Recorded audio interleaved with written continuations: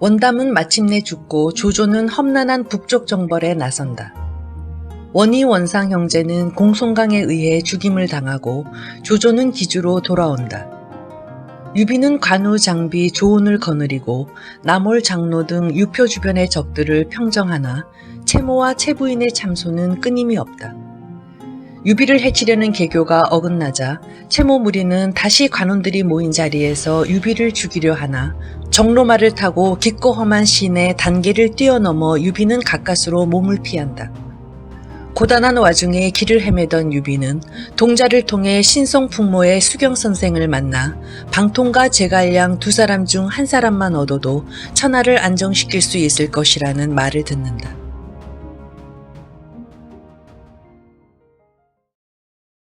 패군이 번성으로 돌아가 여광 여상이 죽고 군사가 많이 사로잡힌 일을 고하자 조이는 크게 놀랐다. 곧 이전을 청하여 상의하니 그는 말한다. 여광과 여상이 적을 업신여겼다가 이처럼 패망한 것이니 우리는 섣불리 군사를 움직이지 말고 즉시 승상께 고하여 대병을 일으켜서 단번에 무찔러 버리도록 하는 것이 상책일까 보이다. 그러나 조이는 머리를 내젓는다. 그렇지 않소. 지금 두 장수가 죽고 또 허다한 인마를 잃었으니 이 원수를 어찌 곧 갚지 않겠소. 신야 같은 작은 고을 하나 치는데 구태여 승상의 대군을 수고롭게 할 것도 없을게요. 아니외다. 유비는 인걸이라 우습게 볼 것이 아니오. 원 겁도 많으시오. 그래도 이전은 가나였다. 병법에도 지피지기면 백전백승이라 하였소이다. 내가 겁을 내서 그러는 것이 아니라 다시 또 패하지는 않을까? 그것이 두려워서 하는 말씀이에다. 조이는 발끈 노하였다. 공은 두 마음을 품고 있소. 나는 꼭 유비를 사로잡고 말 테요. 장군께서 만약 기어이 가시겠다면 저는 뒤에 남아 번성을 지키오리다. 그러나 조이는 더욱 노기가 등등하여 소리를 버럭 지른다. 내가 나하고 같이 안 간다면 내 진정 두 마음을 품은 것이다. 이에 이르러서는 이전도 어찌하는 도리가 없었다. 그는 마침내 조인으로 더불어 25,000 군마를 거느리고 강을 건너 신야를 향해 나아갔다. 한편 단복은 이기고 돌아오자 곧 현덕을 대하여 말하였다. 조인이 지금 번성에 둔치고 있으니 여광 여상이가 죽은 것을 알면 제가 반드시 대군을 이끌고 올 것입니다. 그렇다면 어떻게 하여야 좋겠소? 제가 군사를 다 몰아가지고 온다면 번성이 텅 빌 것이니 우리는 그 틈을 타서 성을 뺏기로 하지요. 현덕은 물었다. 대체 어떻게 뺏는단 말이오? 단복은 귀에다 입을 대고 몇 마디 말을 속삭였다. 이리하여 모든 준비가 되어 있을 때 문득 탐마가 고하되 조인이 대군을 이끌고 강을 건너왔다고 한다. 내 예측대로군. 단복은 한마디 하고 즉시 현덕과 함께 군사를 거느리고 나아가 대적하였다. 진을 치고 서로 대하자 조자룡이 말을 달려나가니 조이는 곧 이전을 시켜서 나가 싸우게 한다. 그러나 이전은 조은의 적수가 아니었다. 서로 어우러져 싸우기 수십합에 이전은 마침내 조은을 당해내지 못하고 말머리를 돌려 저의 진중을 향해 달아났다. 그 뒤를 조자룡은 급히 쫓았으나 조금 진중으로부터 화살이 어지럽게 날아와 각기 군사를 파하고 영체로 돌아왔다. 이전은 패하여 돌아가자 곧 조인을 보고 말하였다. 우습게 볼 적군이 아닙니다. 역시 번성으로 돌아가는 것이 좋을까 보이다. 조인은 크게 노하였다. 내가 출근하기 전부터 군심을 어지럽게 하고 이제 또 싸움에 지고 들어왔으니 죄가 마땅히 죽어야 싸다. 곧 도부수를 꾸짖어 끌어내어다 목을 베려하는 것을 수하장수들이 모두 내달아 좋은 말로 권하여 이전은 겨우 죽을 것을 면하였다. 조이는 즉시 이전을 후군으로 돌리고 자기가 몸소 선봉대가 되어 이튿날 북치고 나아가 진세를 벌려놓은 다음에 사람을 시켜서 현덕에게 물었다. 네, 우리 진세를 알겠느냐? 단복은 높은 데 올라가 두루 살펴보고 나서 조용히 현덕에게 일러주었다. 저것은 팔문 금세진이니 팔문이라는 것은 휴, 생, 상, 두, 경, 사, 경계라. 생문, 경문, 계문으로 들어가면 기라고 상문, 경문, 휴문으로 들어가면 죽고 두문, 사문으로 들어가면 망하는 것인데 이제 보니 팔문의 배포가 비록 정제하기는 하나 다만 중간에 주지가 빠졌습니다. 만약 우리가 동남각의 생문으로 쳐들어가서 정서의 경문으로 나오면 반드시 저 진이 크게 어지러울 것입니다. 현덕은 곧 영을 내렸다.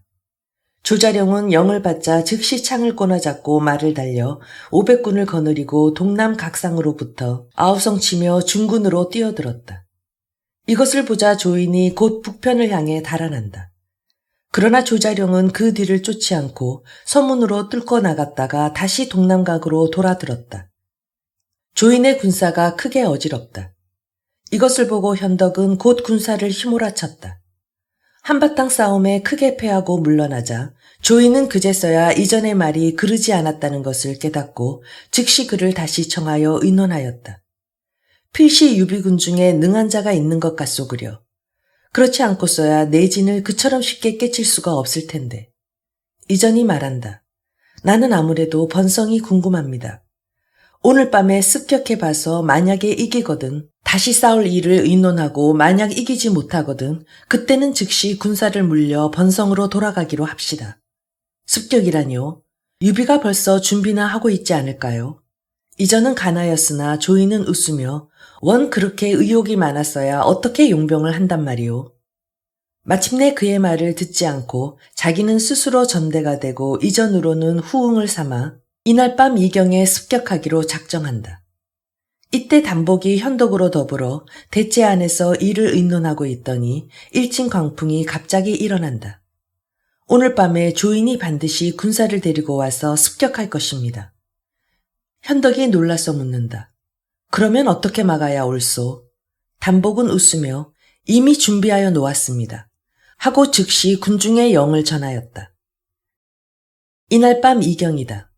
조인이 군사를 이끌고 유비의 영체 앞으로 가까이 오자 문득 영체 안으로부터 화강이 하늘을 찌르며 삽시간에 사면을 뺑 둘러 채책에 가 불이 붙는다.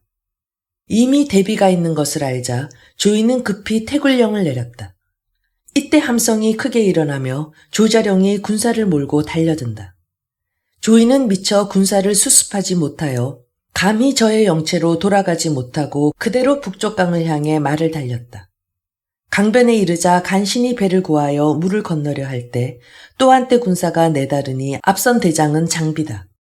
조인이 죽기로 싸우는 중에 마침 이전이 군사를 거느리고 달려와서 간신히 위태로운 지경은 벗어났으나 배 타고 강을 건너는 중에도 물속에 빠져 죽는 군사가 태반이다. 조인 이전은 겨우 남은 군사를 수습하여 번성으로 돌아갔다. 그러나 성 앞에 이르러 문을 열라고 소리치자 성 위로부터 북소리 한번 크게 울리더니 한 장수가 군사를 거느리고 나서며 내가 번성을 취한 지 오래인데 문을 열라는 자가 누구냐? 병력같이 호통을 친다. 깜짝 놀라 바라보니 곧 관우이다. 조인은 크게 놀라 그대로 말을 제쳐 달아났다. 관우는 그 뒤를 휘몰아친다. 조인은 또 적지 않은 입말을 꺾이고 밤을 타서 허창으로 돌아가 길에서 소식을 얻어들어 그제서야 단복이란 사람이 유비의 군사가 되어 계책을 내고 있다는 것을 알았다. 현덕이 전승을 얻고 군사를 거느려 번성으로 들어가니 현령 유필이 나와서 영접한다. 현덕은 성내로 들어가자 현 백성들을 편안히 하였다. 유필은 장사 사람으로 역시 한실 종친이다. 현덕을 아문으로 청하여 들여 연석을 크게 배설하고 대접하는데 그의 곁에 매시고 선 한 젊은 사람이 헌원 장부다. 현덕은 물었다. 저 사람은 누구요? 유필이 대답한다. 내 조카 구봉입니다. 원래 나후 구시의 아들인데 부모가 다 돌아가서 내게 와서 지내는 터이지요. 현덕은 첫눈에 그를 사랑하는 마음이 생겨 수양 아들을 삼고 싶다고 한마디 하였다. 유필이 흔연히 허락한다. 구봉은 이날부터 성을 고쳐 유봉이가 되었다. 현덕이 유봉을 데리고 관사로 나와 운장과 익덕에게 차례로 절하여 뵙게 하자 관우가 한마디 한다. 형님이 슬아의 아들을 두셨는데 왜 또 구태여 의붓아들을 두려 하십니까? 뒷날의 화근이지요. 그러나 현덕은 말하였다. 내가 저를 친자식처럼 대하면 저도 반드시 나를 친아비같이 섬길 터인데 무슨 화가 있으리라고 그러느냐. 그래도 간우는 마음에 탐탁지 않게 생각했다. 현덕은 단복과 상의한 다음에 조자룡에게 1,000명 군사를 주어 번성을 지키게 하고 자기는 단복, 간우, 장비로 더불어 나머지 군사를 이끌고 신야로 돌아갔다. 이전과 함께 간신히 목숨을 도망하여 밤을 타서 허창으로 돌아간 조이는 조조 앞에 나아가자 땅에 엎드려 울며 병사와 장수를 잃은 이를 두루 고하고 죄를 청하였다. 그러나 조조는 승패는 병가지 상사다. 이번에 패한 것이 어디 내 잘못뿐이겠느냐. 한마디 위로한 다음에 그는 다시 은근히 물었다. 그는 그러하거니와 대체 유비수와에 누가 있어 그처럼 획책한다던. 조이는 아래였다. 돌아오는 길에 촌민에게 들으니 단복이라 하는 사람이 유비의 군사로 있다고 합니다. 조조가 좌우를 돌아보며 단복이란 대체 누굴까?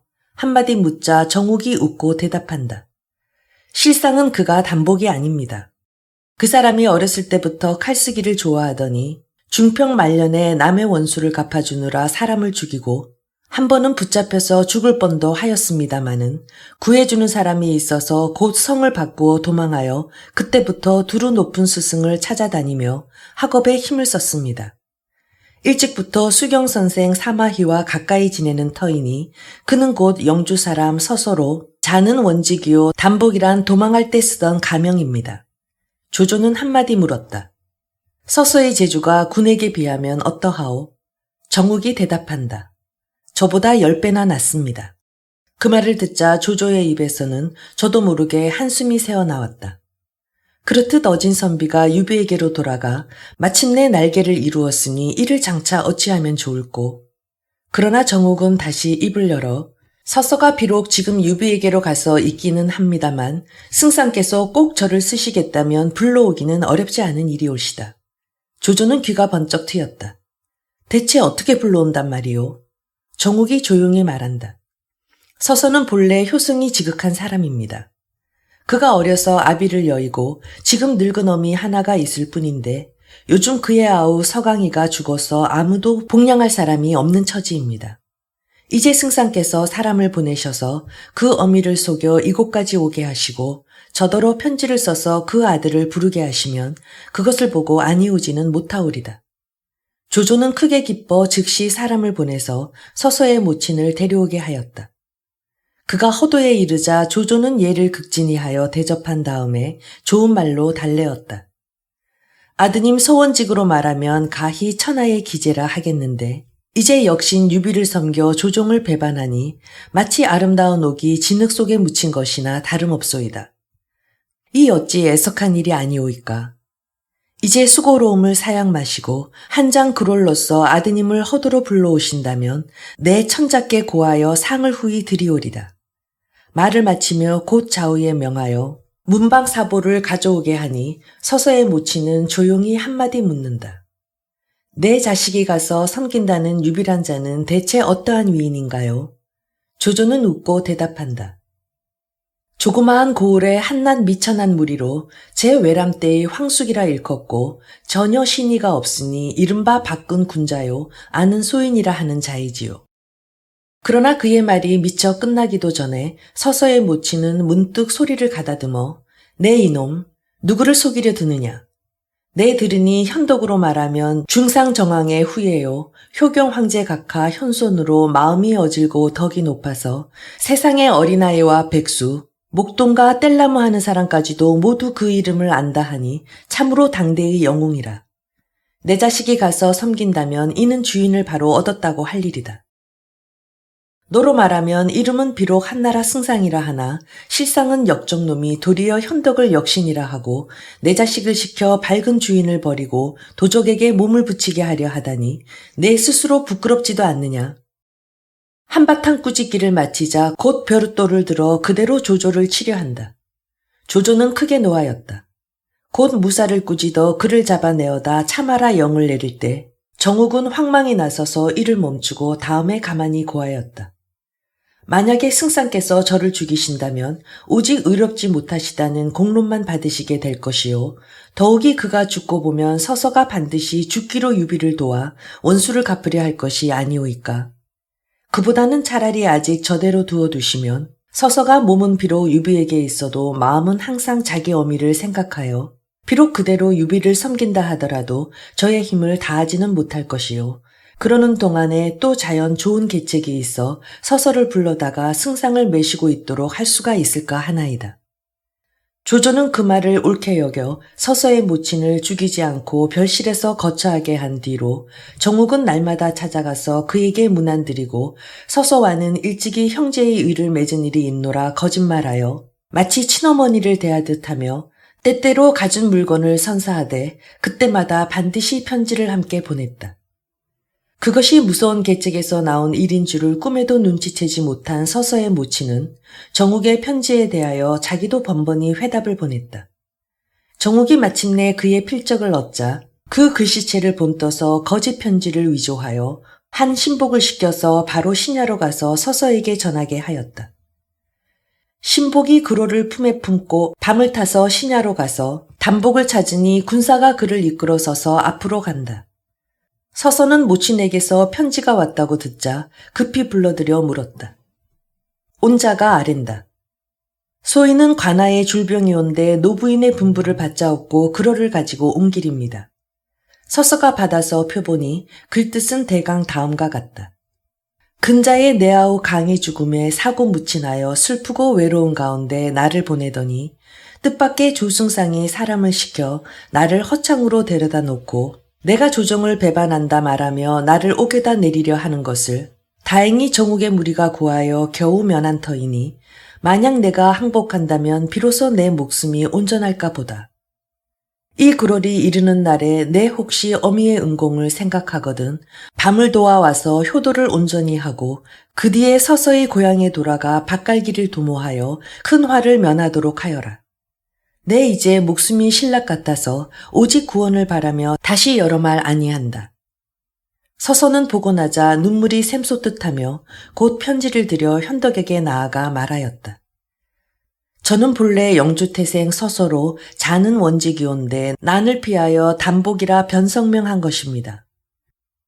앞서 유표가 선비와 현사를 구한다 하여 가서 보았으나 서로 만나 담론하여 보자 비로소 무용지인임을 알고 글을 써두고 떠나 그 밤으로 수경 선생의 장원으로 와서 그 일을 호소하였더니 수경이 저더러 주인을 알아보지 못한다 깊이 책망하며 유예주께서 여기 계신데 어찌하여 섬기려 않느냐 하여 그래서 제가 짐짓 거리에서 노래를 불렀던 것입니다. 다행히 사군께서 버리지 않으시고 중히 써주시니 이만 감격스러울 때가 없습니다마는 지금 노모가 조조의 관계에 빠져 허창에 잡혀가서 같이 신바되고 마침내는 목숨이 위태로우실 지경이라 그로를 보내셔서 부르시니 제가 아니가지 못하게 되었습니다. 견마의 수고를 다하여 사군께 보답하려 않는 바 아니나 어머니께서 저의 화를 받으시니 어찌하겠습니까? 더 매시고 있지 못하고 이제 곧 떠나려 하며 뒷날에 다시 배옥기나 기약할까 보옵니다. 듣고 나자 현덕은 목을 놓아 크게 울었다. 모자는 곧 천성지친이니 원직은 부디 내 생각은 아예 말고 어서 가서 노부인을 만나 배운 뒤에 혹 인연이 있으면 다시 만나도록 하십시다. 서서의 마음은 한시가 바빴다. 그는 절하여 살해하고 곧 떠나려 했으나 현덕은 부디 하룻밤만 더 묵고 가라고 소매를 잡는다. 이때 송건이 몰래 현덕을 보고 말한다. 원직은 천하의 기재입니다. 그동안 신야에 있어 우리 군중의 허시를 모조리 안 터에 이제 만약 조조에게로 가게 하신다면 조조가 반드시 중이 써서 우리가 위태롭게 될 것입니다. 주공은 꼭 붙들어 주시고 결코 보내지 마십시오. 원직이 종시 오지 않는 것을 보면 조조가 필연코 그 모친을 죽이고야 말 것이니 그렇게 되오면 원직은 그 원수를 갚으려 힘을 다해 조조를 칠 것이 아니겠습니까? 그러나 현덕은 머리를 내저었다. 그것은 옳지 않은 말이오. 남의 손을 빌어서 그 어미를 죽이고 내가 그 자식을 쓴다면 이는 어질지 못한 일이오. 붙들어 두고 가지 못하게 하여 남의 고륙의 정을 끊는다면 이는 의롭지 못한 일이니 내 차라리 죽으면 죽었지 어질지 못하고 의롭지 못한 일은 아니하겠소. 이 말을 듣고 모두들 감탄하기를 마지 않는다. 현덕은 곧 잔치를 베풀고 서서를 청하였다. 그러나 술자리는 조금 더 즐겁지 않았다. 모친이 지금 조조에게 갇혀 계신 것을 생각하니 좋은 술과 음식도 목에 넘어가지 않습니다. 공이 이제 나를 버리고 떠난다 생각하니 마치 수족을 잃은 듯 싶어 나 또한 어떤 산의 진미도 입에 달지 않소그려. 두 사람이 마주 대하여 울며 그 밤을 그대로 밝혔다. 날이 밝자 모든 장수들이 성 밖에다 연석을 베풀어 놓고 서서를 전행하기로 한다. 현덕은 서서와 함께 말 타고 성을 나섰다. 장정에 이르러 말에서 내려 다시 한 잔 서서에게 술을 권하며 현덕은 말하였다. 내가 연분이 밖에서 선생을 머물러 있게 하지 못하는구려. 가시거든 부디 세주인을 잘 섬겨 공명을 이루시도록 하오. 서서는 울며 대답하였다. 제가 아무 재주도 없는 몸으로 사군의 두터운 은혜를 받잡고 지내다 이제 불행히 중도에서 떠나기는 오직 저의 연로하신 모친 까닭입니다. 설사 조조가 제 아무리 핍박을 한다 하더라도 저는 몸이 다하도록 한 가지 께도 조조를 위해서 베풀지는 않을 생각입니다. 선생이 떠나신 뒤에는 유비도 세상을 버리고 깊이 산속으로 들어가서 숨을까 보오. 그 무슨 말씀이십니까? 부디 사군께서는 높은 선비를 구하시어 함께 대업을 도모하도록 하십시오. 그러나 천하의 선생보다 더 나은 이가 어디 또 있겠소. 그것은 너무나 가분한 말씀이십니다. 저와 같은 용렬한 재주야 좋게 이를 것이 되겠습니까? 그리고 작별하기에 앞서 서서는 모든 장수들을 돌아보고 간절히 당부한다. 바라건대 공들은 부디 사군을 잘 섬기어 이름을 남기며 공업을 청사에 빛내도록 하고 행여나 이처럼 나를 본받지는 마오. 모두들 비감하여 눈물을 뿌린다. 현덕은 차마 그대로 보내지를 못하여 다시 말에 올라 그를 멀리 배웅한다. 함께 나아가고 다시 또 나아간다. 이제 그만 들어가십시오. 저는 이곳에서 하직을 고하겠습니다. 현덕은 마리에서 서서의 손을 잡고 선생이 이번에 가시면 다시 만나기 어려우니 우리가 다시 만날 날이 대체 언제란 말씀이요. 말을 마치며 눈물이 비오듯 한다. 서서도 또한 울며 떠났다. 현덕은 길가에 말을 세우고 떠나는 서서의 뒷모양을 오랫동안 지켜보았다. 서서가 말을 달려 종자로 더불어 총총히 가는 것을 보고 현덕은 소리내어 울었다. 원직이 가버리니 내 장차 어찌한단 말인고. 그대로 서서 바라보니 멀리 숲이 가려서 서서의 모습이 다시 보이지 않는다. 현덕은 채찍을 들어 그 숲을 가리키며 한마디 하였다. 내 저기 저 나무들을 모조리 베어버리고 싶구나. 좌우가 그 까닭을 묻자 그는 대답한다. 서서의 가는 뒷모습을 더 볼 수 없으니 말이다. 그러자 문득 숲 뒤로부터 서서가 다시 나와 도로 이편으로 말을 달려온다.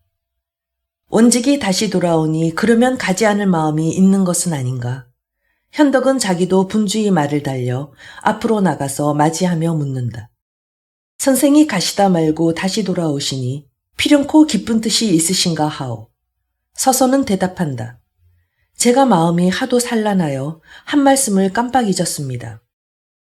양양성 20리박 융중에 재주가 비상한 선비가 하나 있으니 사군께서는 부디 찾아가 보십시오. 현덕은 말하였다.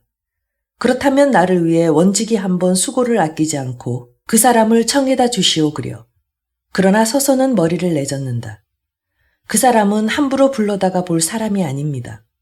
사군은 몸소 가셔서 청하십시오. 만약에 이 사람만 얻으신다면 주나라의 여망을 얻고 한나라의 장량을 얻은 것과 다를 것이 없사오리다. 그 사람이 선생과 비하면 제 덕이 어떻소? 어찌 저 같은 위인에다 비하겠습니까? 제가 노둔한 말이라면 그는 곧 기린이요. 제가 보잘것없는 까마귀라면 그는 곧 봉황입니다. 이 사람이 매양 자기를 관중 아기에게 비하나 제가 보기에는 관중 아기도 이 사람을 따르지는 못할 것이니 그는 참으로 경천위지하는 재주가 있어 실로 천하에 오직 한 사람뿐인 것입니다. 현덕은 기뻐서 급히 물었다. 대체 그 사람은 누구요? 서서가 대답한다. 예, 그는 낭야 양도 사람으로 복성은 제갈이요 이름은 양이요 자는 공명이니 곧 한나라의 사례교위 제갈풍의 후예입니다. 그 부친의 이름은 규요, 자는 사공인데 태산 군승을 지내고 일찍 돌아갔지요. 량의 숙부 현이 형주 유경승과 친히 알아 양양에 가서 살았는데 양이 그를 의지하고 지내다가 뒤에 현이 또 돌아가시자 아우 제갈균과 더불어 몸소 남양에서 밭갈며 매양 즐겨 읊조리고 그 사는 곳에 언덕이 하나 있어 이름은 와룡강이라. 그로 인하여 자기의 호를 와룡선생이라 지었으니 이 사람은 곧 절대 기재라. 사군은 급히 찾아가 보십시오. 만약 이 사람이 즐겨 사군을 보자만 한다면 천하를 바로잡기가 어렵지 않사오리다. 전일에 수경 선생이 봉룡, 봉추 두 사람 중에 하나만 얻더라도 가히 천하를 편안히 하리라 하더니 그러면 지금 말씀하신 것이 혹시 그 봉룡, 봉추나 아니오? 봉추는 곧 양양 방통이요. 봉룡이 곧 제갈공명입니다. 현덕은 기뻐서 펄쩍 뛰었다. 아, 오늘에야 비로소 봉룡, 봉추가 누군지 알겠소. 그렇듯 어진이가 바로 눈앞에 있을 줄 어찌 생각이나 하였겠소. 선생이 일깨워 주시지 않았다면 나는 멀거니 눈뜨고도 종시 모를 뻔하였소. 서서는 제갈공명을 청구한 뒤에 다시 현덕에게 작별을 고하고 총총히 떠났다. 말을 채찍질하여 길을 재촉하며 생각하니 현덕의 그처럼 유련하던 정이 마음에 너무나 느껍고 또 공명이 그처럼 청하여도 산에서 나와 그를 보자 하려 안 하지나 않을까 은근히 염려된다. 내가 미리 한마디 당부하여 놓고 가는 것이 옳을까 보다. 서서는 그 길로 와룡강으로 가서 초려 속에 공명을 찾아보았다. 웬일이오? 공명이 온 뜻을 묻는다. 서서는 말하였다. 서가 유예주를 섬기려 하였더니 자친께서 조조에게 잡히셔서 그를 보내 부르시는 까닭에 하는 수 없이 하직을 고하고 가는 길이오. 제가 떠날 때 공을 현덕에게 청구하였으니 아마도 곧 현덕이 찾아뵈어러 오시리이다. 부디 공은 물리치지 마시고 평생의 큰 재주를 펴서 현덕을 보좌하여 드리도록 하오. 그러나 공명은 그의 말을 듣고 나자 낯빛을 변하며 군이 나를 향제의 희생을 만들 생각이오. 한마디 하고는 그대로 소매를 떨치고 안으로 들어가 버린다. 서서는 그만 낯을 붉히고 물러나와 다시 말 타고 바로 허창을 향하였다. 서서가 허창에 이르자 조조는 곧 순웅, 정욱 등 일반 모사를 시켜 나가서 영접하여 드리게 하였다. 서서가 상부로 들어가 조조에게 배웠다. 조조가 말한다. 공은 고명한 선비로 어찌하여 몸을 굽혀 유비 같은 무리를 섬긴단 말이오. 서서는 대답하였다. 제가 소년 때 난을 피하여 강호로 떠돌다가 우연히 신야로 들어가서 현덕과 가까이 지내게 된 것이외다. 그는 그렇거니와 자당께서 지금 내게 머물러 계시니 공은 이제부터 이곳에 있어 조속으로 받들어 매시고 나도 또한 공의 많은 가르침을 받아야겠소. 서서는 살해하고 즉시 물러나와 모친을 가 배웠다. 그가 솜돌 아래 엎드려 울며 절하여 뵙자 모친의 놀람은 컸다. 내가 여기는 웬일로 왔느냐? 서서는 아래였다. 제가 신야에서 유예주를 섬기다가 뜻밖의 어머니의 편지를 받자없고 이렇듯 밤을 도와 온 길입니다. 듣고 나자 모친은 발연이 크게 노하여 손을 들어 책장을 치며 꾸짖었다. 욕된 자식이 그 사이 여러 해를 강호로 떠돌아 다니기에 내 너의 학업이 많이 늘었으리라 믿었더니 어찌하여 도리어 예전만도 못하단 말이냐. 내가 이미 글을 읽었으니 충녀가 양립하기 어려운 줄 짐작할 터인데 모처럼 옳게 얻은 주인을 버리고 한 조각 위조 편지에 속아서 임금을 속이는 도적 조조에게로 달려온단 말이냐. 내 조상을 더럽힌 못난 자식을 내 더 보고 싶지는 않다. 어서 썩 물러가거라. 모친은 한바탕 꾸짖고 병풍 뒤로 들어가 버렸다. 서서가 한동안 그대로 땅에 엎드린 채 감히 고개를 못 드는데 조금 있다가 사람이 나와서 고하기를 노부인께서 들보에 목을 메어 자결하셨다고 한다. 서서는 소스라쳐 놀라 곧 안으로 뛰어들어갔으나 때는 이미 늦었다. 그는 땅에 가 쓰러져 목을 놓아 울다가 마침내 혼절하여 한동안 깨어나지 못하였다. 서서의 모친이 자결한 것을 알자 조조는 예물을 보내서 조문하고 다시 몸소 와서 전을 드렸다. 서서는 모친을 허창 남원에 안장하고 조조가 주는 물건은 무엇이고 받지 않았다. 이때 조조가 남쪽을 정벌할 일을 의논한다. 그러나 순욱은 가나였다. 지금 날이 차서 용병하기가 어려우니 봄되기를 기다려 나아가도록 하시지요. 조조는 그의 말을 좇아 장화의 물을 끌어다 못을 만들어 현무지라 이름하고 그 안에 수군을 조련하여 남정할 준비를 하였다. 제27장 삼고초려. 서서가 조조에게로 간 뒤에 현덕이 예물을 갖추어 융중으로 제갈량을 찾아보려 할 때 문득 사람이 들어와서 고하되 비상한 선생 한 분이 밖에 찾아오셨소이다 한다.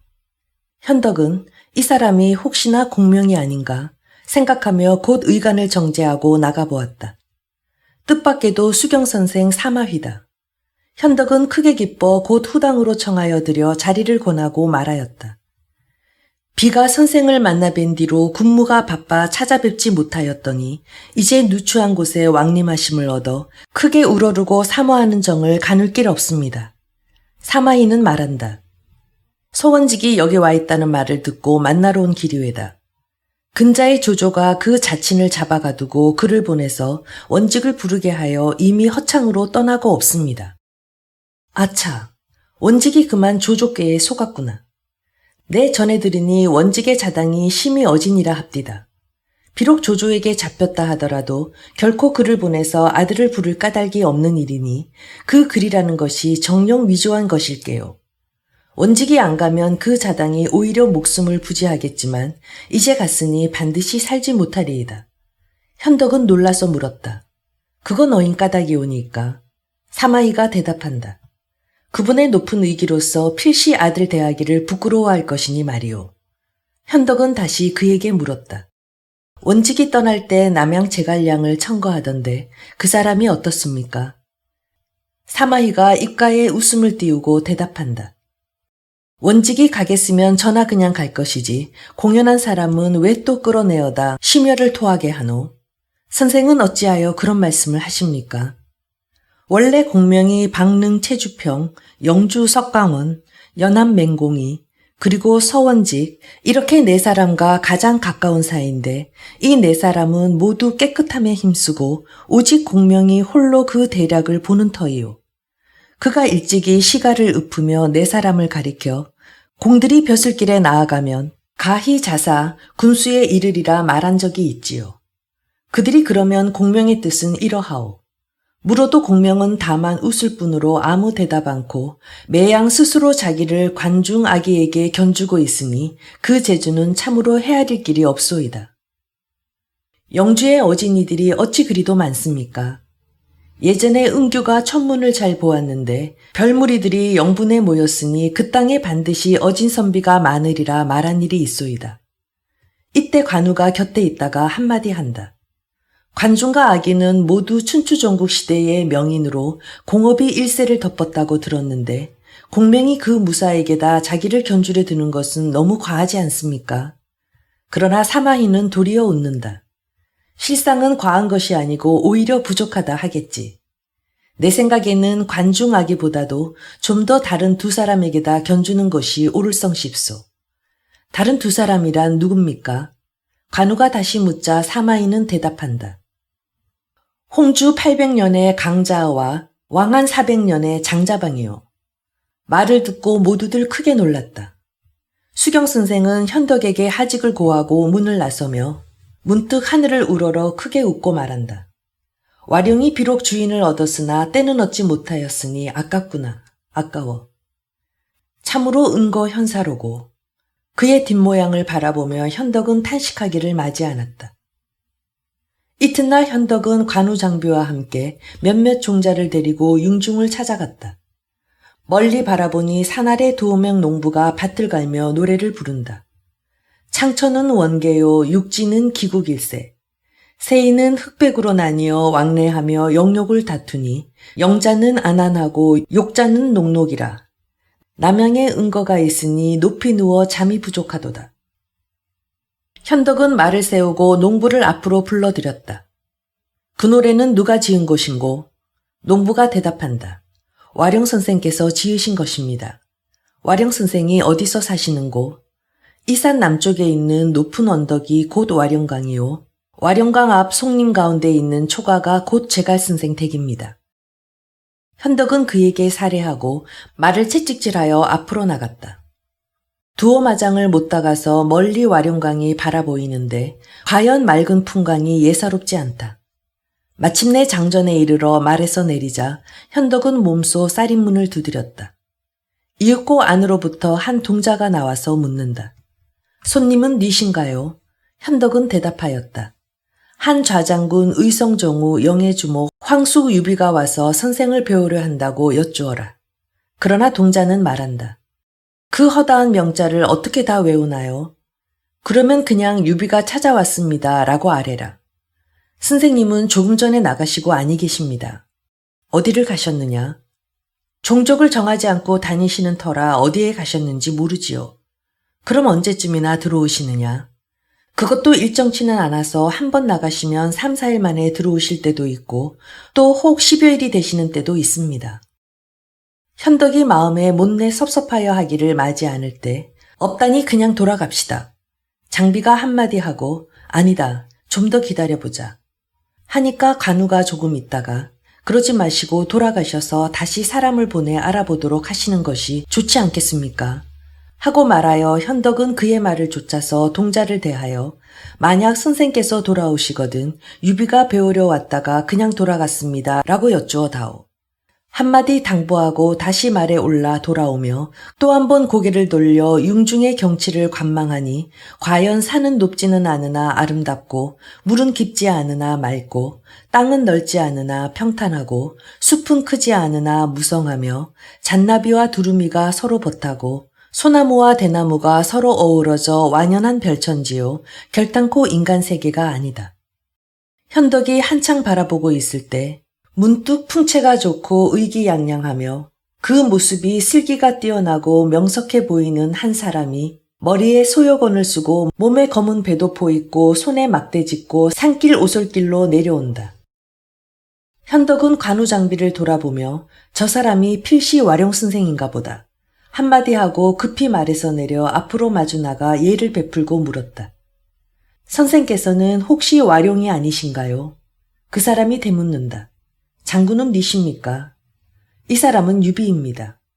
그렇습니까? 나는 공명이 아니오. 공명의 벗 박릉 최주평이외다. 아, 대명을 듣자 온 지 오래더니 뜻밖에도 이곳에서 만나 배웠습니다. 그려. 아무데서나 잠시 매시고 앉아 높은 말씀을 듣고 싶습니다. 두 사람이 숲풀 사이 바위 위에 마주 앉으니 간호와 장비는 그 곁에가 매시고 선다. 최주평이 먼저 입을 열었다. 장군께서는 공명은 왜 보려고 하십니까? 현덕은 대답하였다. 천하가 크게 어지럽고 사방에 풍운이 급한 이때를 당하여 공명을 만나 뵙고 국태민안책을 구하려 함이외다. 최주평이 입가에 웃음을 머금고 말한다. 공이 어지러이 천하를 바로잡아 보려 하시는 것은 어지신 마음에서 나온 일이기는 하나 다만 자고 이래로 칠하니 가히 무상하다고 하겠어서 고조 깨워서 몸을 일으키시어 무도한 진나라를 주멸하셨으니 이는 난으로부터 치로 들어간 것이요. 그 후 200년을 태평하던 세상이 왕망의 찬역으로 말미암아 어지러워지니 이는 다시 치에서 난으로 들어간 것이요. 광무께서 크게 흥하시어 다시 기업을 종돈하여 놓으시니 이는 2번 난에서 치로 들어간 것이외다. 그 뒤로 오늘에 이르기까지 200년 동안 백성들이 편안타가 다시 전쟁이 사방에서 일어나니 이는 바로 치로부터 다시 난으로 들어가는 때라. 조련이 바로잡기 어려운 노릇인데 장군이 공명으로 하여금 이를 바로잡게 하려 하나 그것이 쉽게 이루어질 일이 아니라 부질없이 마음만 허비하실까 두렵습니다. 그래서 예부터 이르기를 하늘을 따르는 자는 평안하고 하늘을 거스리는 자는 수고롭다 하지 않습니까? 운수에 있는 일은 이치로 뺏을 수 없는 것이요. 운명에 정한 바는 사람이 억지로 못하는 것이외다. 듣고 나자 현덕은 말하였다. 진실로 고견이십니다. 그러나 다만 유비가 한실의 후예로 마땅히 천하를 바로잡아야 할 몸이 되고 보니 어찌 이를 운수와 운명에다만 맡겨두겠습니까? 주평이 말한다. 나 같은 촌부가 어찌 천하사를 논할 것이겠습니까마는 장군이 물으시기로 망령때에 한 말씀 올렸을 따름입니다. 선생은 공명이 어디 가셨는지 모르십니까? 나도 저를 찾아오는 길이니 도무지 알 길이 없습니다. 그려. 선생을 매시고 함께 폐연으로 갔으면 하는데 의향이 어떠하십니까? 현덕은 은근히 청하여 보았으나 천성이 본래 한산한 것을 좋아해서 공명의 뜻이 없는지가 오래입니다. 뒷날 다시 뵙지요. 최주평은 한마디 남겨놓고서 길이 읍하고 돌아간다. 현덕은 관우장비로 더불어 다시 말에 올랐다. 장비가 못마땅하여 투덜거린다. 찾는 공명은 못 만나보고 부질없이 썩은 선비놈만 만나서 한나절을 한담만 하셨소 그려. 현덕은 말하였다. 아니다. 그도 또한 은자의 말이니라. 그로부터 수일이 지났다. 현덕이 사람을 융중으로 보내서 공명의 소식을 알아보니 와룡선생이 이미 돌아와 댁에 계시다고 한다. 현덕이 곧 말에 안장을 지우라 하자 장비가 한마디 한다. 그까지 촌놈을 무얼 형님이 몸소 가보려고 그러오. 아무나 하나 보내서 불러오면 그만일걸. 현덕은 꾸짖었다. 너는 맹작해서 하신 말씀도 못 들었느냐. 훌륭한 사람을 만나고자 하면서 그 도리를 다하지 않는 것은 그를 들어오라 하면서 문을 닫는 것과 같다고 하셨다. 공명은 지금 이 세상의 대연이신데 어찌 감히 앉아서 불러오라 할 수 있단 말이냐. 그리하여 현덕은 말을 타고 다시 공명을 찾아뵈러 떠났다. 관우장비도 말을 타고 따라갔다. 때는 추위가 지독한 한겨울이라 날씨는 혹독하게 춥고 눈이 쏟아져 내릴 듯이 목구름이 짙게 들이우고 있었다. 수리를 가지도 못하여 갑자기 삭풍이 살을 애듯 매섭게 몰아치며 서서리 흩날렸다. 눈 덮인 산은 마치 커다란 옥돌 같고 수풀은 마치 은가루를 뿌려 단장한 것 같았다. 장비가 말하였다. 날씨는 춥고 땅은 꽁꽁 얼어 아직 군사를 부릴 수도 없는데 어찌하여 마땅히 쓸모없는 사람을 만나러 그 먼 곳까지 가십니까? 시냐로 돌아가서 눈보라를 피하는 것만 못합니다. 현덕이 말했다. 나는 공명에게 나의 은근한 뜻을 알게 하려는 것이다. 만일 아우들이 추위가 두렵다면 먼저 되돌아가거라. 장비가 말했다. 죽음 또한 두렵지 않은데 어찌 이런 날씨가 무섭겠습니까? 다만 형님께서 헛고생으로 마음만 상하실까봐 염려할 뿐입니다. 현덕이 말한다. 여러 말 하지 말고 함께 가자꾸나. 공명의 초가집에 가까웠을 때 갑자기 길가의 주점에서 누군가 부르는 노랫소리가 들렸다. 현덕은 말을 세우고 들었다. 그 노래는 이러했다. 장사는 아직도 공명을 이루지 못하고 오랫동안 따뜻한 봄날을 만나지 못했구나. 그대 보지 않았는가? 강태공이 형진을 떠나 왕이 모는 수레를 타고 마침내 문안과 친했네. 800명의 제후들이 기약 없이 모여들었고 맹진을 건널 땐 백어가 뛰어들었네. 목야 전투에선 적이 흘린 피에 방망이가 떠다녔으니 무력을 떨쳐 세운 공은 무신들 중 으뜸이었네. 또한 보지 않았는가? 고향의 술주정꾼 여기기가 초야에서 일어나 망탕 유방에게 장읍하고 다가서서 왕업이냐 폐업이냐 장광설로 놀라게 해 발씻기를 그치고 영풍을 흠모하여 윗자리에 모셨네. 동쪽으로 제나라 72성에 항복했으니 천하의 어느 누가 그 무공을 따라갈 수 있으랴. 두 사람 모두 덕망 높은 천자 만나지 못했다면 오늘날 그 누가 그 영웅을 알겠는가. 현덕은 그 노래가 좋았다. 또 한 사람이 탁자를 두드리며 노래를 불렀다. 그 노래는 이러했다. 우리 임금 칼을 들고 진천하를 끝장내고 한나라를 창업하여 400년을 이어왔네. 환제 영제에 이르러 나라의 기반이 약해지고 화덕도 쇠약하여 조정대신 자리는 간신과 역적이 차지했네. 커다란 푸른 뱀은 용상 옆에 날아들고 요망한 무지개는 옥당으로 내려왔네. 도적대는 사방에서 개미떼처럼 모여들고 간사한 온갖 물이 모두가 날뛰었네. 우리는 장단 맞춰 큰 소리나 지르다가 답답하면 주막으로 술 마시러 나오지. 혼자라도 선하게 살면 몸은 언제나 편안하니 구태여 천고에 이름을 남길 필요가 있는가. 두 사람의 노래가 끝나자 즐겁게 손뼉을 치며 큰 소리로 웃음을 터뜨렸다. 현덕이 말한다. 와룡이 이곳에 있는 것이 아니냐. 그리하여 말에서 내려 주막으로 들어갔다. 노래하던 두 사람이 마주 앉아 탁자에 기대어 술을 마시는 모습이 보였다. 상석에 앉은 사람은 얼굴이 하얗고 수염이 길었고 아랫자리에 앉은 사람은 맑은 얼굴의 특이한 모습이었다. 현덕이 다가가 읍하고 물었다. 두 분 중에 어느 분이 와룡 선생이십니까? 수염이 긴 사람이 말한다. 공은 니시오. 무슨 상관이 있어 와룡을 찾으려는 것입니까? 현덕이 말한다. 저는 바로 유비입니다. 와룡 선생을 찾아뵙고 제세 안민하는 방법을 구하고자 합니다. 수염이 긴 사람이 말한다. 우리는 와룡이 아니라 모두 와룡의 벗입니다. 나는 영주의 석광원이고 이분은 바로 연암의 맹공이라 합니다. 현덕이 기뻐하며 말했다. 두 분의 대명은 전부터 익히 들었는데 이렇게 만나게 되어 다행입니다. 지금 수행하는 마필이 있으니 감히 두 분과 와룡 선생 댁에 함께 가서 이야기를 나누시기를 청합니다. 석광원이 말했다. 우리들은 모두 초야에 사는 게으른 사람들이라 나라를 다스리고 백성을 편안하게 하는 일에는 아는 것이 없으니 번거롭게 하문하실 것도 없습니다. 명공께서는 어서 말에 오르시어 와룡을 찾아가십시오.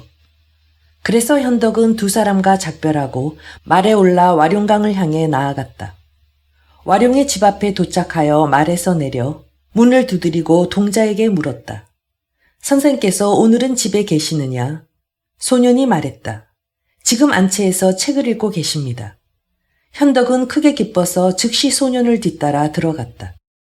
중문에 이르러 보니 문 위에 큰 글씨로 쓴 한 대련이 얼핏 보이는데 이렇게 쓰여 있었다. 욕심 없이 마음이 깨끗해야 뜻을 밝게 할 수 있고 편안하고 고요해야 원대한 꿈을 이룰 수 있다. 현덕이 보고 있는 사이에 갑자기 시를 읊는 소리가 들려온다. 그래서 문 옆에 서서 가만히 안을 엿보니 초당에서 한 소년이 화롯가에서 무릎을 안고 노래하는데 이러하다. 하늘 높이 날아올라 비상하는 봉황은 오동나무가 아니면 내려앉지를 않고 한 구석에 숨어 사는 선비는 주인 아니면 따르지 않네.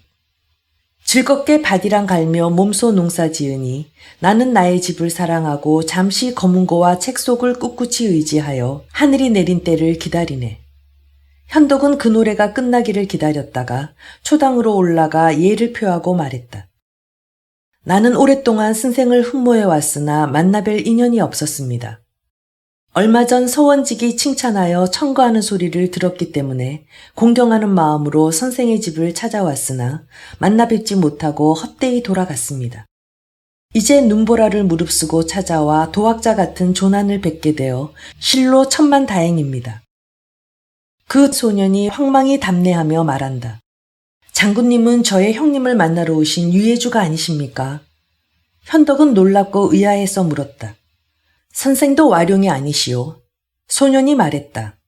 저는 와룡의 동생 제갈균입니다.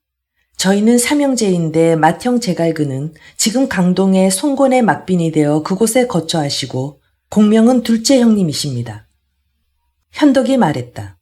와룡은 지금 댁에 계시오. 제갈균이 말한다. 어제 체주편과 약속을 하셔서 나들이 나가셨습니다. 현덕이 말한다. 어디로 나들이 가셨습니까? 제갈균이 말했다. 어떤 경우에는 작은 배를 타고 강호를 유람하기도 하시고 어떤 때는 산속으로 승려나 도사를 찾아가기도 하시고 어떤 때는 마을로 벗을 찾아가시기도 하고 동굴집 속으로 들어가 검은고를 뜯거나 바둑을 즐기기도 하시어 오고 가는 것을 헤아릴 수 없고 가는 곳이 어딘지 알 수가 없습니다. 현덕이 말했다. 나는 바로 이와 같이 인연이 깊지 못해 두 번이나 찾아왔어도 대현을 만나지 못했소. 제갈균이 말한다. 잠시 앉으시지요. 차를 내오겠습니다. 장비가 말했다. 그 선생이 벌써 집을 나가 없다니 형님 어서 말에 올라 돌아가십시다. 현덕이 말한다.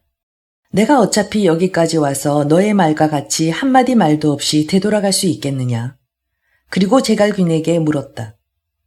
내 들으니 영형 와룡 선생은 육도삼약을 숙지하고 매일 병서를 본다고 하니 병법에 대하여 좀 들어볼 수 있겠소.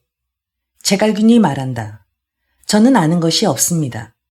장비가 말했다. 그까짓 거 물어서 무엇하겠습니까? 눈보라가 매우 심하니 빨리 돌아가는 것이 좋겠습니다. 현덕이 꾸짖어 입을 다물라 했다. 제갈균이 말했다. 형님이 안 계시니 장군님을 감히 오래 머물러 계시라고 잡지 못하겠습니다. 가까운 시일 안에 저희가 찾아가 뵙도록 하겠습니다. 현덕이 말한다. 어찌 감히 선생께서 왕림하시기를 바라겠소.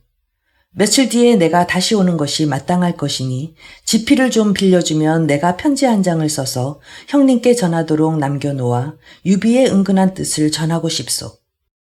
제갈규는 즉시 문방사보를 현덕 앞으로 내놓았다. 현덕은 꽁꽁 언 붓을 호호 불어 녹여 종이를 양쪽 손바닥으로 쭉 밀어 평평하게 펴놓고 글을 쓰기 시작했다. 편지에 쓰기를 나는 오래전부터 고명을 흠모하여 2번씩이나 만나뵈러 찾아왔었으나 만나지 못하고 헛되이 되돌아갔으니 그 무엇이 이와 같이 실망스러울 수 있겠소. 삼가 가만히 생각해보면 나는 한조의 후예로 외람때의 선대의 이름과 자기의 패를 끼치고 있소. 엎드려 살펴보면 조정은 쇠락하여 기강이 무너지고 여러 영웅들이 나라를 어지럽히며 악당이 임금을 속이고 있으니 나의 가슴은 모두 찢어질 지경이라. 비록 나라를 바르게 고쳐 백성을 구제하고 싶은 마음은 간절하나 나라를 다스릴 만한 능력과 지혜는 진실로 부족하오. 우러러 바라건대 선생은 인자하고 충의로운 마음으로 흔쾌히 강태공 같은 큰 재주를 펼치고 장자방과 같은 크고 넓은 지략을 펼쳐주신다면 천하를 위해 매우 다행한 일이고 사직을 위해 매우 다행한 일이오. 우선 먼저 이렇게나마 알려드리고 몸을 깨끗이 하고 부정한 일을 멀리하여 목욕하고 다시 돌아와 특별히 조난을 뵙고 인사드리고 얼굴을 기울이고 마주 앉아 꾸밈없고 거짓없는 간곡한 마음으로 속마음을 말씀드리려 하니 양해해 주시기를 간절히 바랍니다. 현덕은 편지를 다 쓰고 나서 제갈균에게 전해달라고 주어 거두게 하고 작별하고 문 밖으로 나오니 제갈균이 배웅하러 따라 나왔다. 현덕은 제3 간절한 뜻이 전해지기를 바라는 마음으로 작별했다. 막 말에 올라 길을 떠나려 할 때 갑자기 소년이 나타나 울타리 바깥에서 손짓해 부르며 외쳤다. 노 선생께서 오십니다. 현덕이 소년이 외치는 쪽으로 바라보니 작은 다리 서쪽에서 한 사람이 방한모를 푹 눌러쓰고 여우털 가죽 옷을 입고 당나귀를 타고 오는데 그 뒤를 따라 푸른 옷을 입은 어린 동자가 호로주 한 병을 들고 눈을 밟으며 오는 것이 보였다. 그 사람은 방향을 바꿔 작은 다리를 건너오면서 시 한 수를 읊조리는데 들어보니 그 시는 이러했다. 하룻밤 사이 북풍은 차갑게 몰아치더니 하늘 말리 먹구름이 짙게 덮이고 텅 빈 하늘에선 눈발이 어지럽게 날리더니 강산의 옛 모습은 모두가 바뀌었구나.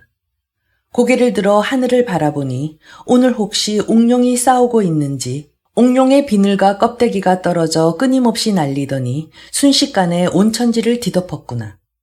낙이 타고 작은 다리 건너며 매화가 시들까 혼자 탄식하네. 현덕이 노래를 듣고 말했다. 이분이 진짜 와룡일 것이다. 현덕은 물이 쏟아져 내리듯 말에서 내려 그의 앞으로 다가가 예를 표하고 말했다. 선생, 추위를 무릅쓰고 다니시는 것은 쉬운 일이 아닌데 어디를 다녀오십니까? 유비가 기다린 지 오래되었습니다. 그 사람이 황망히 나귀에서 내려 답례를 하니 제갈균이 뒤에 서 있다가 말했다. 이분은 와룡 형님이 아닙니다. 바로 와룡 형님의 장인이신 황승원 어른이십니다. 현덕이 말한다. 방금 전에 읊으신 노래를 들어보니 지극히 훌륭했습니다. 황승원이 말한다. 노부가 잠시 사위의 집에서 양보음을 보고 이 한편은 기억하고 있었는데 마침 작은 다리를 건널 적에 우연히 울타리 사이에 피어있는 매화꽃을 보고 생각이 나서 외워본 것입니다. 귀한 손님께서 듣고 계실 줄은 상상도 하지 못했습니다. 현덕이 말했다. 사위분은 만나보셨습니까? 황승원이 말한다. 다름 아니라 노부도 사위를 보러 오는 길입니다. 현덕은 그 말을 듣고 황승원과 작별하고 다시 말을 올라타고 발길을 돌렸다. 바로 그때 눈보라가 또다시 거세게 몰아쳤다. 와룡광을 돌아보며 무겁고 안타까운 마음을 어찌할 수가 없었다. 후세 사람이 현덕이 눈보라를 뚫고 공명을 방문했던 일을 두고 시를 지어 말했다. 눈보라를 뚫고 현량한 이를 찾아갔다가 못 만나고 돌아오는 마음 슬프기만 하네. 계곡의 다리도 돌길도 얼어붙어 미끄러운데 추위는 말 한 장이고 파고들어 갈 길은 멀구나. 머리 위로 편편히 배꽃이 떨어지고 얼굴에는 미친 듯 쉴 새 없이 버들꽃가루 스쳐가네. 말채찍을 멈추고 고개 돌려 바라보니 눈 쌓인 와룡강은 은빛으로 빛나네. 현덕이 시냐로 돌아온 후에 세월은 덧없이 흘러 또다시 벌써 새봄을 맞이했다. 이에 현덕은 점쟁이에게 점을 치라 명하여 공명을 찾아가기 좋은 날을 잡았다. 3일간 재개하고 훈목한 다음 옷을 갈아입고 다시 와룡강으로 공명을 뵈러 찾아가려 하자 관우와 장비는 그 소식을 듣고 전혀 기쁘지 않았다. 그래서 관우와 장비가 같이 들어와 현덕에게 간했다. 바로 이런 상황이다. 고연은 영웅의 뜻을 따르지 않고 기어코 몸 굽히려니 걸사들이 의심하네. 현덕은 공명을 2번씩이나 방문했어도 만나지 못하고 돌아왔기 때문에 또다시 방문하려고 했다. 간우가 말한다. 형님께서 2번이나 친히 찾아가 배려한 것만도 그 예우가 너무 지나치셨습니다. 제가 생각하기에 제갈량은 헛된 명성만 높을 뿐 실속 있는 배움이 없어서 그렇기 때문에 찾아갈 때마다 일부러 피하고 감히 만나지 않는 것 같습니다. 형님은 어째서 이 사람에게 심하게 현혹되셨습니까? 현덕이 말했다. 그렇지 않다. 옛적 제왕공은 동쪽 성 밖에 사는 야인을 만나보려고 5번 찾아가고 나서야 비로소 만날 수 있었다. 하물며 나는 대현을 찾아뵈려는 것이 아니냐. 장비가 말한다. 형님이 잘못 보셨습니다. 내 생각에 이놈은 촌놈일 뿐이요. 그런데 형님은 뭘 보고 대현이라 하십니까? 이번에 형님께서 직접 가실 필요도 없습니다. 그가 만일 오지 않겠다면 제가 산밧줄로 꽁꽁 묶어 끌고 오겠습니다. 현덕이 꾸짖어 말한다. 너는 주문왕이 강태공을 찾아뵈었다는 이야기도 듣지 못하였느냐? 문왕도 이와 같이 훌륭한 사람을 대단히 공경했는데 너는 어찌하여 그토록 무례한 것이냐? 이번에 너는 가지 말거라. 나는 운장과 함께 갈 것이다. 장비가 말했다. 2분 형님이 모두 가시는데 제가 어떻게 혼자 떨어져 있겠습니까? 현덕이 말했다. 내가 만일 신뢰를 하지 않겠다면 같이 데려가겠다. 장비가 그렇게 하겠다고 승낙했다. 그리하여 3사람은 말을 타고 시종을 거느리고 융중으로 향하였다. 초려에서 발리쯤 떨어진 곳에서 현덕은 문득 말에서 내려 걸어 들어가다가 마침 걸어오던 제갈균을 만났다. 현덕은 황망히 예를 베풀고 물었다. 영령은 댁에 계시오? 제갈균이 말한다. 어제 저녁에 마침 돌아오셨습니다. 장군께서는 오늘은 저의 형님을 만나실 수 있을 것입니다. 제갈균은 말을 마치고 표현이 자기 갈 길을 갔다. 현덕이 말했다. 이번에는 요행이 선생을 만날 수 있겠구나. 장비가 말한다. 이놈이 무례하기 짝이 없구나. 우리를 집까지 안내하고 가는 것 또한 무방할 텐데 무슨 까닭이 있어 뜻밖의 그냥 간단 말이냐. 현덕이 말했다. 그도 그럴 만한 사정이 있을 것인데 어찌 강요할 수 있겠느냐. 3사람은 초려 앞에 이르러서 살인문을 두드렸다. 동자가 문을 열고 나와서 물었다. 현덕이 말했다. 수고롭겠지만 유비가 선생을 뵈러 왔다고 전해다오. 동자가 말했다. 오늘 선생님께서 집에 계시기는 하지만 지금 초당에서 낮잠을 주무시는데 아직 깨어나지 않았습니다. 현덕이 말했다. 그렇다면 잠시 여쭈지 말거라.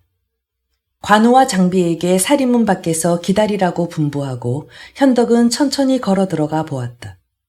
선생은 초당 평상 위에 반드시 누워 있었다. 현덕은 솜돌 아래서 2 손을 맞잡고 한참 동안 공손하게 서 있었다.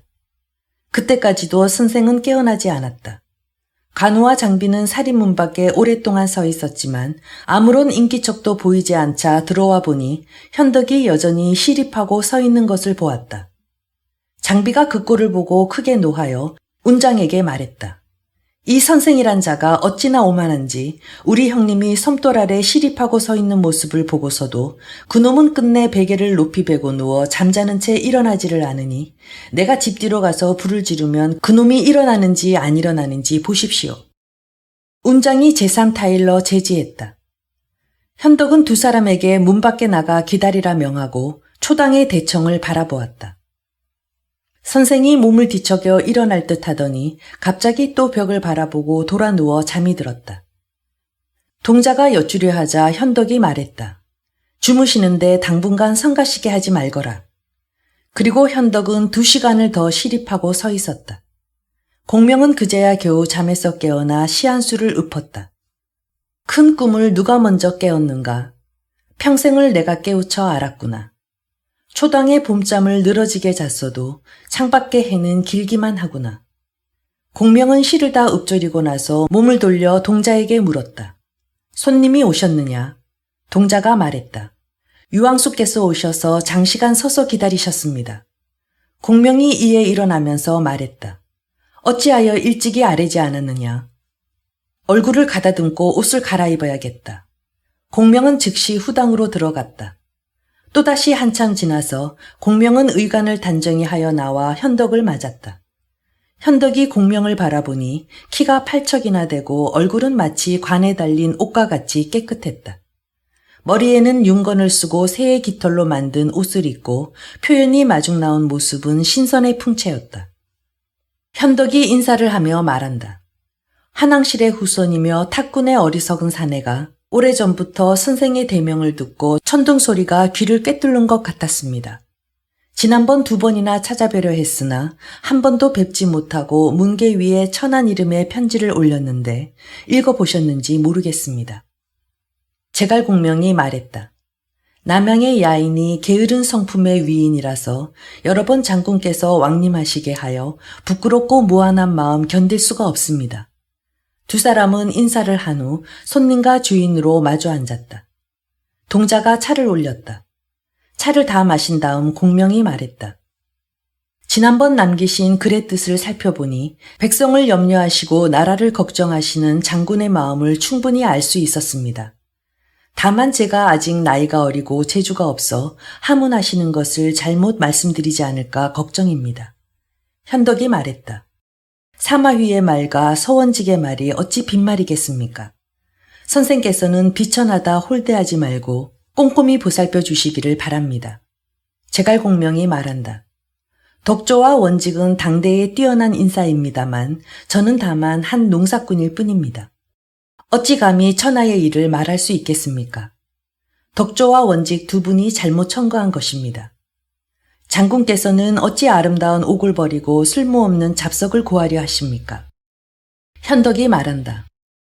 대장부가 세상을 다스릴 뛰어난 재주를 가슴에 품고서 어찌 감히 초야에 묻혀 은거하여 덧없이 늙어가려 할 수 있단 말입니까? 원컨대 선생께서는 천하의 백성을 생각하여 어리석은 유비를 깨우쳐 가르침을 내려주시기를 바랍니다. 제갈공명이 웃으면서 말한다. 장군의 뜻을 듣고 싶습니다.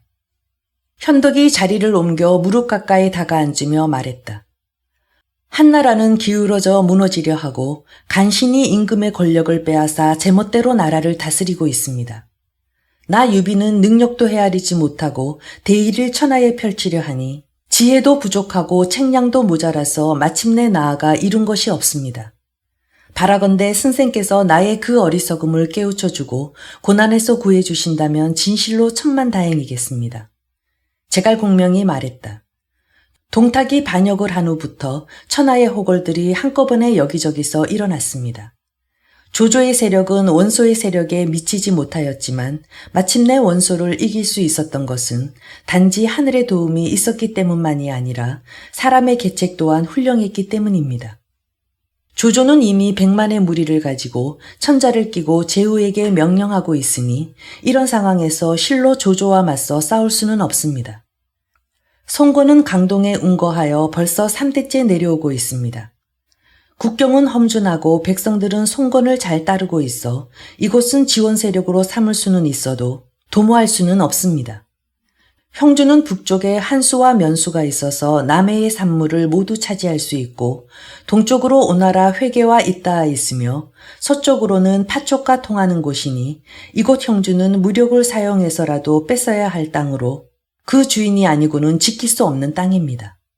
이것은 아마도 하늘이 장군에게 주어 도우려는 까닭인 것 같습니다. 장군은 어찌 그 땅을 버릴 수 있겠습니까? 익주는 험한 요새와 같지만 기름진 들판이 천리나 펼쳐져 있는 비옥하고 자원이 풍부한 땅입니다.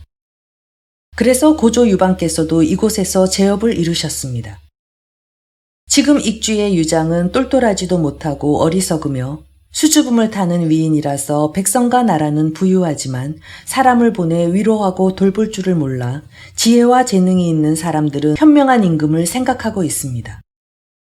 장군께서는 한왕실의 후손이시고 장군의 신의는 천하에 두드러지게 알려져 있으며 덕행과 재능이 뛰어난 현명한 인재를 찾는 데 목말라 하시니 만일 형주와 익주를 빼앗아 손에 넣으시고 험한 국경을 지키면서 서쪽으로 여러 융족과 화친하고 남쪽으로 이족과 월족을 위로하여 다독이고 밖으로는 송건과 손잡고 안으로 정치를 잘 베풀어 천하에 병고가 생긴다면 한 상장에게 형주의 군사를 거느리고 완성과 낙양을 향해 진군하라 명하시고 장군께서는 손수 익주의 무리들을 인솔하여 진주로 나오신다면 백성들은 어느 누가 단사호장을 가지고 나와 장군을 맞이하지 않는 자가 있겠습니까? 진실로 이와 같이 하시면 대업을 이룰 것이고 한나라 황실은 다시 일어설 수 있을 것입니다. 이것은 제가 장군을 위하기 때문에 드리는 계책이니 바라건대 장군께서는 도모하십시오. 제갈공명은 말을 마치자 동자에게 그림 한 축을 꺼내어 중당에 걸라하고 그림을 가리키며 현덕에게 말했다. 이것은 서천 54개주의 지도입니다.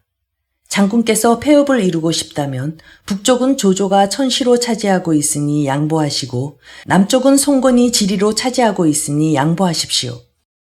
장군은 인하로 차지하셔야 하니 먼저 형주를 빼앗아 집으로 삼고 그 후에 곧바로 서촌을 빼앗아 기업을 세워서 정족지세를 이루고 그 후에 곧바로 서촌을 빼앗아 기업을 세워서 정족지세를 이루고 그런 다음에야 중원을 도모할 수 있습니다. 현덕은 공명의 말을 듣고 자리에서 일어나 두 손을 맞잡고 감사하며 말했다. 선생의 말을 들으니 일시의 생각이 확 트입니다. 나에게 짙게 드리운 운물을 걷어내고 푸른 하늘을 볼 수 있도록 하는 것 같습니다. 그러나 형주의 유표나 익주의 유장은 모두 한왕실의 종친인데 내 어찌 차마 빼앗을 수 있겠습니까? 제갈량이 말했다. 제가 밤에 천문 현상을 보니 유표는 머지않아 이 세상을 떠날 것 같고 유장은 창업을 한 인물이 되지 못합니다. 머지않아 장래에 익주는 반드시 장군에게 돌아올 것입니다. 현덕은 공명의 말을 듣고 고개를 숙이며 감사했다.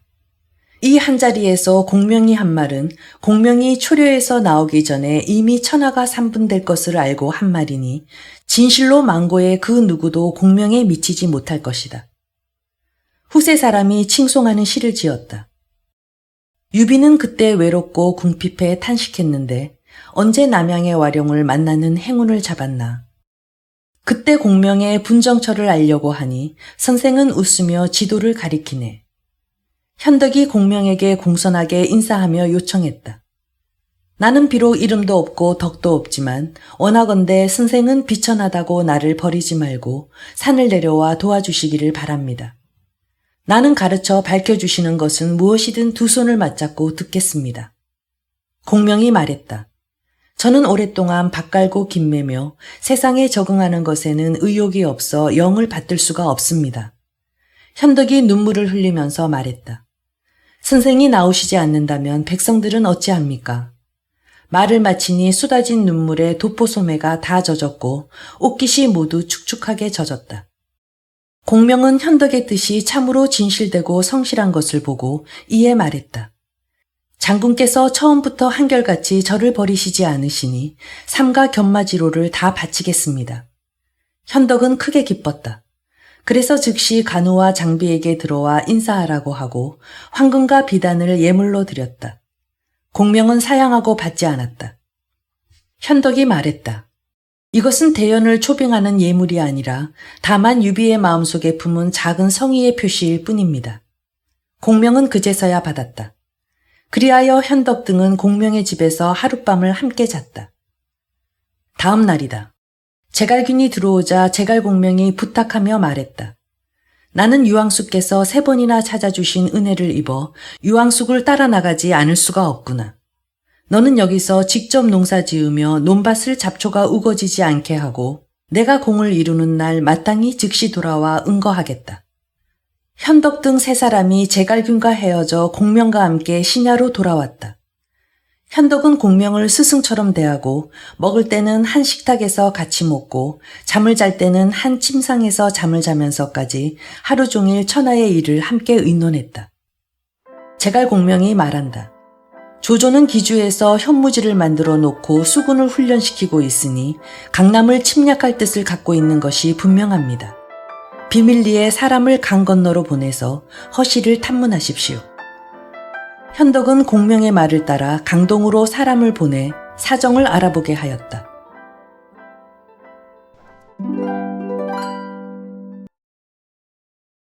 삼국지 인물열전 2 원소 기회를 잡지 못한 영웅.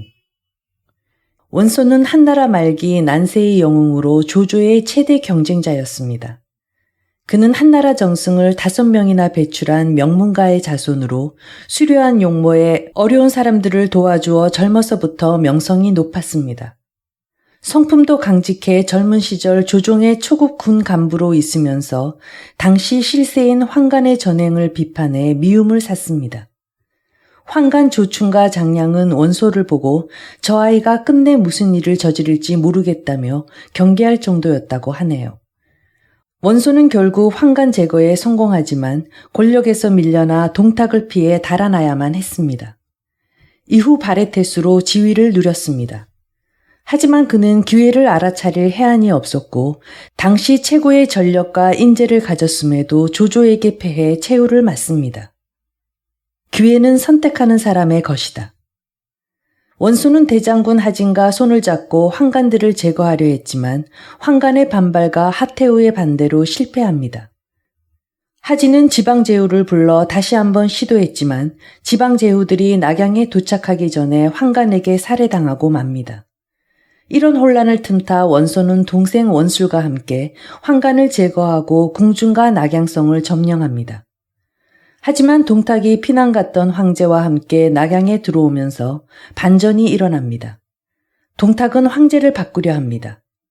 이때 원소는 천하는 동탁의 것이 아니다 라고 말하면서도 황제를 지키지 않고 발해 지역인 기주로 도망갑니다. 궁중과 낙양을 장악했던 원소가 황제를 보호하고 낙양 세력과 연합해 동탁을 제압했다면 한나라를 손에 넣을 수도 있었을 것입니다. 모든 리더에게 리더십이 있는 건 아니었다. 시간이 지나 원소에게 또 다른 기회가 찾아옵니다. 동탁이 헌제를 새로운 황제로 옹립하고 공포정치를 하자 17명의 제후와 조조, 유비가 수십만의 군대를 모아 반동탁 연합군을 결성합니다. 원소는 명문가 집안 출신이자 가장 세력이 강했기 때문에 제후들의 추대로 연합군의 맹주가 됩니다. 하지만 연합군은 동상이몽의 모래성이었습니다. 조조, 위자, 포신, 왕강, 송견만이 동탁과 전투를 벌였고 나머지는 동탁과 싸우기를 꺼려합니다. 더구나 식량과 물자 지원을 맡고 있던 원소의 동생 원술은 손견이 낙양을 제일 먼저 점령하려고 하자 식량을 보내주지 않아 패배하게 만듭니다. 동탁이 낙양으로 천도하면서 연합군은 분열되고 동맹은 깨지고 맙니다. 반동탁 연합군의 수장이던 원소가 강력한 리더십을 발휘하고 제후들을 중재했다면 동탁을 물리치고 권력을 장악할 수 있었을 겁니다. 또 장기적으로 제후들을 자기 사람으로 만들어 후위를 도모해야 했는데 원소는 그럴 만한 역량과 도량이 부족했습니다. 한편 조조는 당시 권력의 핵심인 동탁이 여포에게 피살되자 동탁의 잔당 이각과 곽사를 물리치면서 황제를 등에 업고 천하를 호령하는 위치에 오릅니다. 또 원술과 여포를 무찔러 중원 최대 세력을 형성합니다. 원소도 변방에서 인재를 모으고 군마를 양성해 공손찬 등 제후를 격파하고 4개주를 손에 넣어 한나라 최대 세력을 형성합니다. 이로써 한나라의 운명은 원소와 조조 두 사람의 대결로 결정될 수밖에 없게 됩니다. 참모의 의견에 귀 기울이지 않는 리더. 원소와 조조를 비교해 본다면 모든 면에서 원소가 우위에 있었습니다. 군사력도 10배 이상 많은 대군을 보유했고 전풍을 비롯해 훌륭한 참모들이 많았습니다. 하지만 원소는 백만대군을 효율적으로 육성하지 못했고 우유부단함과 자만심, 판단력 미숙으로 유능한 참모들의 전략과 조언을 수용하거나 실행하지 못했습니다. 더구나 원소에게 실망한 참모 순유는 조조에게 가버렸고 남아있는 참모들은 원소의 우유부단함과 의심 때문에 모함과 비방을 하면서 서로를 죽였습니다. 조조가 유비를 정벌하기 위해 군사를 일으키자 원소의 참모인 전풍은 지금은 허도가 비었으니 출병에 조조를 치고 허도를 점령해 황제를 모신다면 천하가 원소의 것이 될 것이라 말합니다. 하지만 원소는 막내 아들이 아프다는 핑계를 댔고 신하들은 지금도 황제 못지않은 권력을 누리고 있는데 황제를 모셔야 하느냐며 허도 공격을 미룹니다. 얼마 후 마음을 가다듬은 원소는 조조를 치려고 대군을 일으킵니다. 이때 참모인 저수와 전풍은 공격 시기가 적절하지 않다고 건의하지만 수적 우세 등으로 승리를 자신했던 원소는 군심을 어지럽힌다는 이유로 이들을 감옥에 가둡니다. 설상가상으로 전풍과 사이가 좋지 않았던 참모 봉기의 깸에 넘어가 전풍을 처형하고 맙니다. 영웅은 자신의 부족함을 채울 줄 아는 사람이다. 원소는 영웅의 조건을 두루 갖추고 있었으나 변화하는 상황에 대처하는 능력이 부족했습니다. 허도가 비어있는 천재일우의 기회가 왔을 때 사소한 문제 때문에 결단을 내리지 못한 것은 그의 치명적 실수였습니다. 이와 반대로 조조는 참모의 말에 귀 기울이고 그들을 신뢰했습니다. 조조도 다른 제후들처럼 세력이 월등한 원소와의 싸움을 주저했지만 참모 순욱이 원소의 군대는 숫자만 많을 뿐 군율은 없는 것이나 다름없고 군법도 정비되어 있지 않으니 승리할 수 있다는 말을 듣고 전투에 나서 승리합니다. 조직관리에 실패한 리더는 영웅이 아니다. 지도자가 무능하면 강력한 군사력과 훌륭한 인재도 아무 의미가 없음을 원소를 통해 알 수 있습니다. 만일 원소가 참모들의 장점을 살려 의견을 정리하고 받아들였다면 막강한 군사력을 기반으로 중원의 맹주가 되었을 것입니다. 원소는 조조에게 어이없이 패하자 우라병이 났고 결국 피를 토하며 쓰러져 숨을 거둡니다. 한때 제후연합군을 이끌었고 사계주를 호령하던 영웅은 비참한 종말을 맞이한 것입니다. 원소가 죽자 그 아들들은 대권을 놓고 다투었고 그 바람에 백만대군을 자랑하던 하북 네개주는 너무나 쉽게 조조의 손에 들어가고 맙니다. 허망한 죽음을 맞이한 원소는 사람들이 기억하는 영웅의 길에서 벗어나고 말았습니다.